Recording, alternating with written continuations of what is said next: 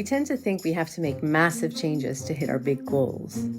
But actually, tiny habits, repeated again and again, can have a major compounding impact, even when the result isn't visible right away. Some people worry that adopting too many habits will restrict their freedom. In fact, it's the opposite. When a lot of your choices become automatic, you free up your brain to work on more essential tasks. Yes! Let's take a look at the 4 components of a habit loop.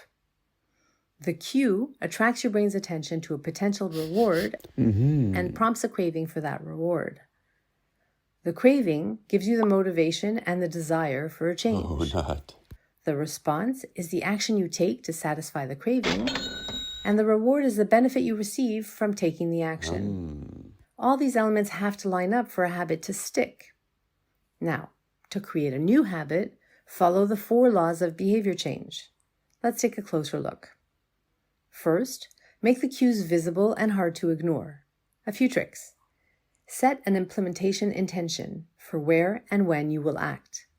Create a habit stack. Identify something you already do every day and use it to cue a new habit you want to adopt. And design your environment so that it draws your attention to the actions you want to take. The second law is to make it attractive so that you develop a craving to act. For example, you can create a motivation ritual. Before a difficult habit, do something you enjoy to create a positive association. Use temptation bundling. That's where you pair a hard habit with something you like to do. And join a culture that you already relate to and where the behavior you want to adopt is the norm. The third law is to make it easy so that you're more likely to act. How? You can prep your environment in advance for when you're ready to practice your habits. And place your habits along your natural daily path. Also, when you're starting a new habit, remember that showing up is more important than the habit itself. Make your habit easy enough so that it takes less than 2 minutes to complete. Standardize before you optimize. The 4th law is to make it satisfying so you're likely to repeat it. The cardinal rule of behavior change tells us what is rewarded is repeated, what is punished is avoided. The problem is timing. Positive habits yield results that feel great in the long term, but often feel quite hard at first. The solution? Set immediate rewards to keep you motivated while you wait for the longer-term rewards to kick in.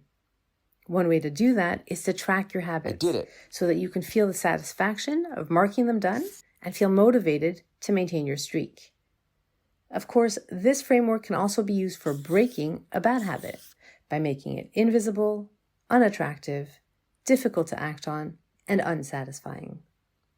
There's so much more to this book than we could ever cover in a short video, including how to choose the right habits for you, the secret to results that last, and a ton of great examples and tips that you can act on right away. Read it for yourself so that you can create your own system of tiny changes that will lead to remarkable results. Yes.